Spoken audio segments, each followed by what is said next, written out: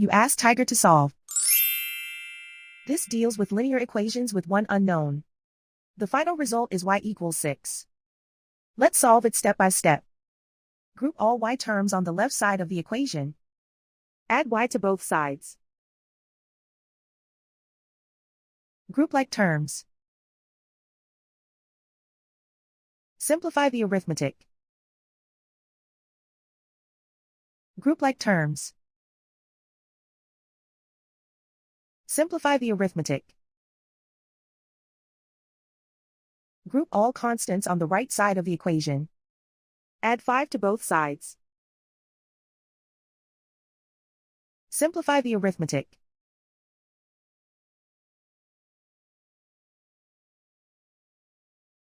Isolate the y.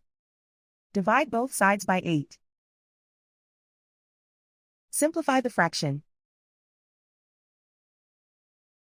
Find the greatest common factor of the numerator and denominator.